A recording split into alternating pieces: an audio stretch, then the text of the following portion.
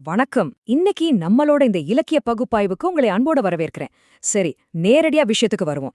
இன்னைக்கு நாம காதல் அப்படிங்கிற ஒரு சின்ன ஆனா ரொம்பவே ஆழமான ஒரு தமிழ் கவிதையை தான் டீகோட் செய்ய போறோம். இது சும்மா சாதாரண வார்த்தைகளோட தொகுப்பு கிடையாதுங்க. மனித உணர்வுகளோட ஒரு அச்சசலான பிரதிபலிப்பு. கவிஞர் எவ்வளவு நுட்பமா உருவகங்களையும் வார்த்தை ஜாலங்களையும் இங்க பயன்படுத்தியிருக்கார் அப்படிங்கறத நாம இன்னைக்கு ஒன்னா சேர்ந்து அலச போறோம். இந்த பகுப்பாய்வுல நாம குறிப்பா 5 விஷயங்கள பார்க்க போறோம்.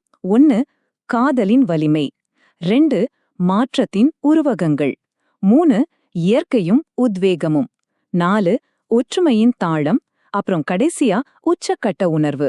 சரி, ஆரம்பிக்கலாமா? முதல் பகுதி காதலின் வலிமை.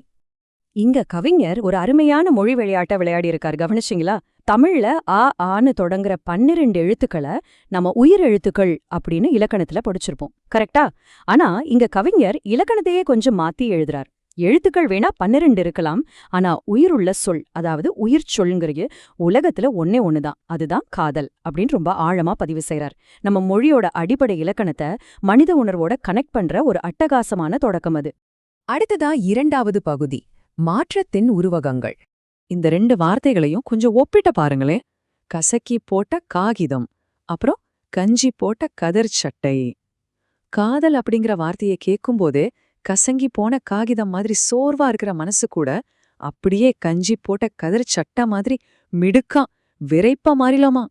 ஒரு சின்ன சொல்லோட ஒலி எப்படி உயிரில்லாத சோர்வான ஒரு விஷயத்த நல்ல உயிர் ஓட்டமா கட்டமைப்பா மாத்துது அப்படிங்கறத இந்த உருவகம் நம்ம கண் முன்னாடி அப்படியே படம் பிடிச்சு காட்டுது பாருங்க. ஒரு புது உணர்வு நம்மளோட பார்வையை எப்படியெல்லாம் தலைகீழ மாத்துது அப்படிங்கிறதுக்கு கவிஞர் இங்க 3 கியூட்டான உதாரணங்கள் கொடுத்திருக்காரு. முதல் விஷயம், ஒரு புகைப்படத்தை கண்களாலேயே சாப்பிட தோன்ற ஒரு விசித்திரமான பசி. 2வது, காடு மலைன்னு எத்தனையோ முறை பார்த்த இயற்கை காட்சிகளை ஏதோ வாழ்க்கையில முதல் தடவையா பார்க்குற மாதிரி ஒரு ஆச்சரியம்.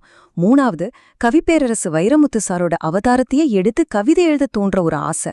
ஆக மொத்தம் இந்த உணர்வு நம்மளோட சாதாரண அன்றாட வாழ்க்கையை எப்படி மாற்றி அமைச்சு உலகத்தையே ஒரு புது கோணத்துல ரசிக்க வைக்குது அப்படிங்கிறது தான் இங்க ஹைலைட். நம்ம பார்த்த அந்த உதாரணத்தை மட்டும் கொஞ்சம் டீப்பா கவனிப்போம். கண்ணாலேயே தின்னக்கூடிய பசி கொடுக்கும் அப்படின்னு கவிஞர் சொல்றார். பொதுவா பசி வந்தா சாப்பாடு சாப்பிடுவோம், அதானே இயல்பு. ஆனா இங்க சொல்றது வயிறு சம்பந்தப்பட்ட பசி கிடையாதுங்க. நமக்கு பிடிச்சவங்களோட புகைப்படத்துல இருக்கிற அந்த சாயத்தை வெறும் கண்களாலேயே தின்று தீர்க்க துடிக்கிற ஒரு ரொம்பவே விசித்திரமான தீவிரமான பசி. இது எவ்வளவு ஒரு தூய்மையான, அதே சமயம் உணர்வோட உச்சத்தை காட்டுற ஒரு கவித்துவமான உருவகம் இல்லையா? சரி, இப்ப 3வது பகுதிக்கு போவோம். இயற்கையும் உத்வேகமும். காடு, மலை, இயற்கை காட்சிகளை முதன்முறையா பார்ப்பது போல ரசிக்க தோன்றும். இந்த வரிகள் நமக்கு என்ன சொல்ல வருது? பல வருஷமா நாம பார்த்து பழகி போன மரங்களும் மலைகளும் கூட மனசுக்குள்ள ஒரு புது நேசமான தொடர்பு வரும்போது ஏதோ இன்னைக்குதான் முறையா பார்க்கற மாதிரி ரொம்ப ஃப்ரெஷ்ஷா தெரியுமா? பொதுவாவே நம்ம சங்க இலக்கியத்துல மனசுக்குள்ள இருக்கிற அக உணர்வுகளை காட்டுறதுக்கு இயற்கையை பயன்படுத்துற வழக்கம் நிறையவே இருக்கு. நம்ம பாரம்பரியமான அந்த சங்க இலக்கிய மரபையே கவிஞர் இந்த புது வரிகள் மூலமா நமக்கு மறுபடியும் ஞாபகப்படுத்துறார். சரி, இந்த உணர்வு எப்படி ஒரு படைப்பா மாறுதுன்னு பாப்போம். மனசுக்குள்ள அந்த ஸ்பார்க் வந்த உடனே அது எப்படி ஒரு கவிதையா வெடிக்குது அப்படிங்கிறதுக்கு 3 படிகள் இங்க இருக்கு.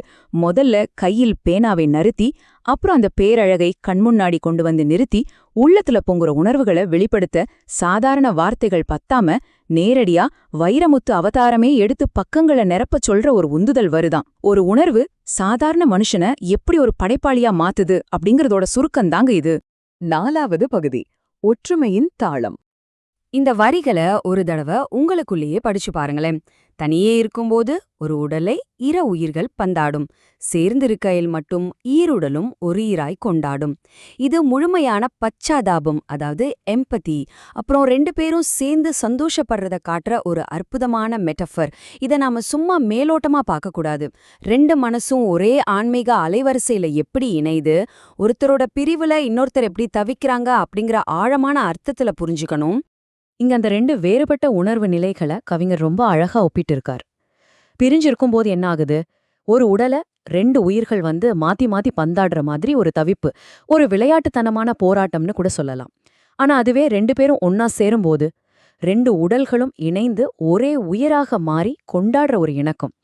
பந்தாடும் அப்புறம் கொண்டாடும் அப்படிங்கிற எதிரெதிரான வார்த்தைகளை பயன்படுத்தி ஒரு ஆன்மீக ரீதியான ஒற்றுமைய கவிஞர் எப்படி கண்முன் நிறுத்துறார் பாருங்க.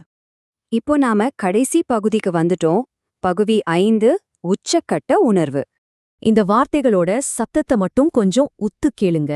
உணர்வுகள் போதும், உணவுகள் வேண்டாம். உணர்வுகள், உணவுகள், இந்த 2 வார்த்தைகளுக்கும் இடையில இருக்கிற அந்த இலக்கண ரீதியான ஓசை நயம் இருக்கே, அது தமிழ் மொழியோட தனிச்சிறப்பான இசை நயத்தை ரொம்ப கச்சிதமா காட்டுது. இது வெறும் ரைமிங்காக மட்டும் எழுதப்பட்ட வரிகள் இல்லைங்க, தாளம் தப்பாம அதே சமயம் ரொம்ப ஆழமான அர்த்தத்தை கொடுக்கிற வரிகள். இந்த உச்சக்கட்ட உணர்வு ஒரு மனுஷனோட அடிப்படை தேவைகளை விட எப்படி மேலானது அப்படிங்கறத 2 அடுக்குகளா இங்க பிரிச்சு காட்டியிருக்காங்க. அன்பான உணர்வுகள் கிடைச்சா உணவு வேண்டான்னு வயிறு பசிய மறந்துடுமா? அதேபோல ஒரு உண்மையான உறவு கிடைச்சா அதைவிட சிறந்தது உலகத்துல வேற எதுவுமே இல்லைன்னு இந்த உயிர் கூட வேண்டான்னு மனம் மறுக்குமா? உணவுகள் வேண்டான்னு மறக்கிறதும் உயிர் கூட வேண்டான்னு மறுக்கிறதும் ஒரு மனித உறவு எப்படி நம்ம அடிப்படை தேவைகளை விட ரொம்ப உன்னதமா நிக்குது அப்படிங்கறத தெளிவா புரிய வைக்குது. கவிதையோட முத்தாய்ப்பா கடைசில காதல் காதல் காதல் அப்படின்னு ஒரே வார்த்தை திரும்ப திரும்ப வருது. இத கேக்கும்போதோ ஏதோ ஒரு இதயம் லப்டப்னு துடிக்கிற மாதிரி ஒரு சீரான தாளம், ஒரு ரிதம் உருவாகிறத ஃபீல் பண்ண முடியுதா? கவிதை முடிஞ்சாலும் அந்த உணர்வோட எதிரொலி ஒரு இனிமையான நாதமா நம்ம மனசை விட்டு நீங்காம அப்படியே நிலைச்சு நிக்குது பாருங்க. அதுதான் ஒரு கவிஞனோட மிகச்சிறந்த உத்தி. நாம இந்த பகுப்பாய்வோட நிறைவு பகுதிக்கு வந்துட்டோம். கடைசியா உங்க எல்லாரையும் சிந்திக்க வைக்கிற மாதிரி ஒரு ஆழமான கேள்வியோட நான் இதை முடிக்க விரும்புறேன். மனித உணர்வுகளோட அந்த உண்மையான தீவிரத்தை, அதோட இன்டென்சிட்டிய படம் பிடிக்க கவிதைகள் ஏன் இவ்வளவு உயர்வு நவிர்ச்சி அணிகளை, அதாவது ஹைப்பர் போல பயன்படுத்துது? சாதாரணமா நம்ம டெய்லி பேசுற வார்த்தைகளால விவரிக்க முடியாத இந்த ஆழமான உணர்வுகளை புரிய வைக்க நமக்கு ஏன் இப்படிப்பட்ட நாடகத்தனமான உருவகங்களும் தாள நயமுள்ள கவிதைகளும் தேவைப்படுது? கண்டிப்பா இத பத்தி யோசிச்சு பாருங்க. அப்போதான் இலக்கியம் அப்படிங்கிறது வெறும் வார்த்தைகள் இல்ல, அது நாம வாழ்ற வாழ்க்கை அப்படிங்கறத நீங்க முழுசா உணர்வீங்க. சரி, இந்த செஷன் உங்களுக்கு ரொம்பவே பிடிச்சிருக்கும் நம்புறேன். மறுபடியும் இன்னொரு சூப்பரான கவிதை பகுப்பாய்வுல நாம சந்திப்போம்.